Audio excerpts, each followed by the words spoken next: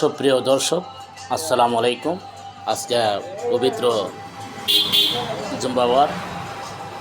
আশা করি অনেকে নামাজ পড়েছেন। নামাজ, রোজা এটা আমাদের ইসলামের আইন, আমাদের মানতে হবে।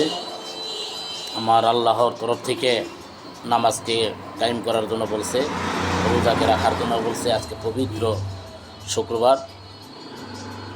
আপনারা সবাই ইনশাআল্লাহ নামাজ পড়ছেন তো? তবে একটা কথা যেটা না বলে নয়, এই পৃথিবীতে থাকার জায়গা নয়, আজ বা কাল যেতে হবে। আপনারা সবাই আল্লাহ এবং আমার পেয়ারা হাবিব রাসূলকে ভালোবাসবেন, এই কামনা করি। ছেলে মেয়েদেরকে স্কুল দেবেন। ধূমপান স্বাস্থ্যের জন্য অত্যন্ত ক্ষতিকর। ধূমপান স্বাস্থ্যের অত্যন্ত ক্ষতি করে। ধূমপান নিজে করবেন না, অন্যকে করতে দিবেন না। ভালো থাকেন, সুস্থ থাকেন, জেএম টিভির সঙ্গেই থাকুন।